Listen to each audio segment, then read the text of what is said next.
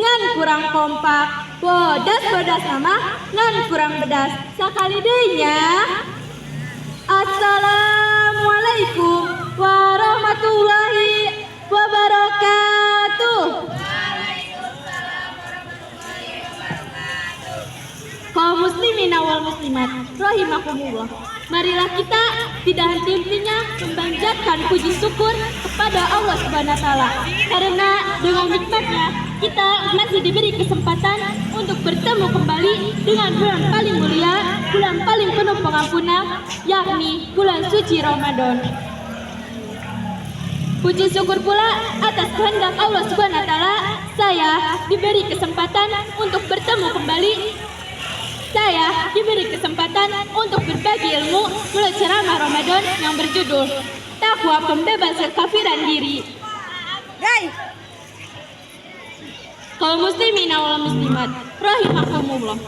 Sebulan dalam satu kalender Hijriah, kita mendapat kesempatan untuk menjarahi diri, menepi sejenak dari keriuhan, menata kembali alur kehidupan atau mendekonstruksi spiritualitas melalui laku puasa. Surah Al-Baqarah ayat 183 menjadi dasar dan ruh menjalankan ibadah tersebut. A'udzu billahi minasyaitonir rajim. Bismillahirrahmanirrahim. Ya ayyuhallazina amanu kutiba alaikumusyamu kama kutiba alal ladzina min qablikum la'allakum tattaqun.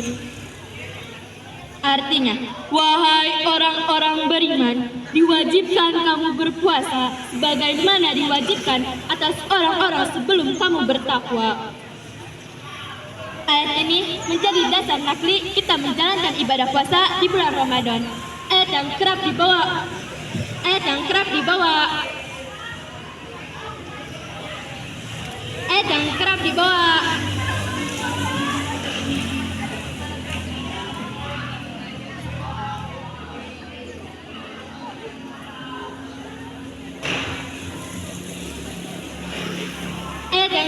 mubalik di atas mimbar kultum juga menjadi landasan pengharapan seorang hamba untuk menjadi pribadi yang bertakwa.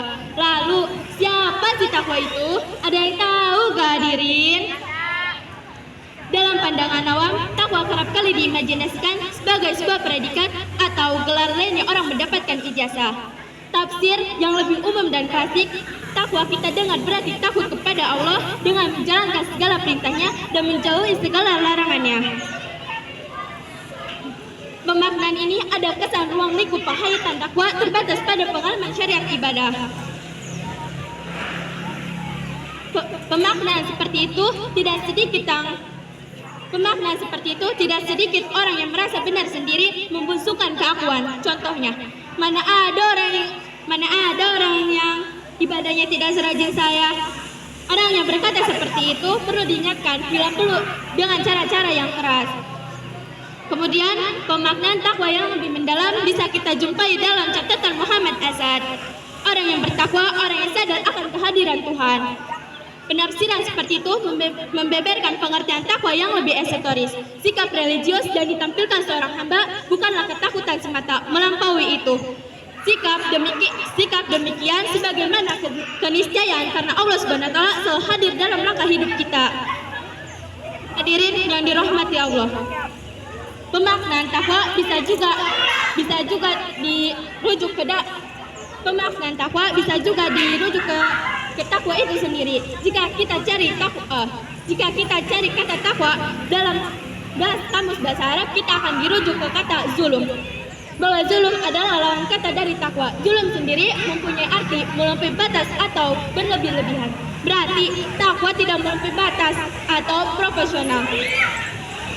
Bahkan arti kata itu lebih implementatif. Perilaku proporsional adalah ciri orang yang bertakwa. Sikap proporsional jika kita terapkan dalam kehidupan sehari-hari. Sebagai contoh, tak pernah ada banjir jika orang tidak membuang sampah sembarangan. Tak pernah ada perselisihan karena orang menjaga hatinya. Tak perlu ada kerusuhan gara-gara kalah pemilu karena orang tidak melampaui batas untuk memperjuangkan haknya. Banyak sekali pandangan takwa yang berbeda-beda.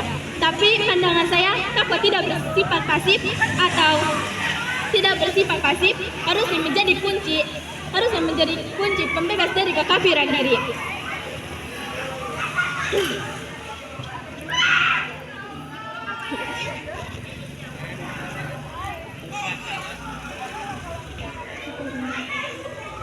Bukan malah Pak, boleh bilang nggak dari awal sendiri? Banyak sekali pandangan takwa yang berbeda-beda. Tapi dalam pandangan saya, takwa bukan bersifat pasif. Harusnya menjadi kunci dari pembebas kekafiran diri, bukan malah dikapitalisasi alih-alih menjadi kekerasan dalam liar. Orang yang bertakwa, orang yang menerima kehadiran orang lain. Pribadi seperti itulah yang pantas mendapatkan kedudukan paling tinggi di sisi Allah. Cukup sekian dari saya, mohon maaf bila ada kata yang salah atau dalam penyebutan karena saya juga masih dalam tahapan belajar.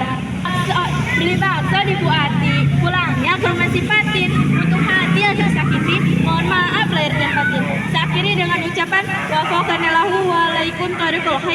wassalamualaikum warahmatullahi wabarakatuh.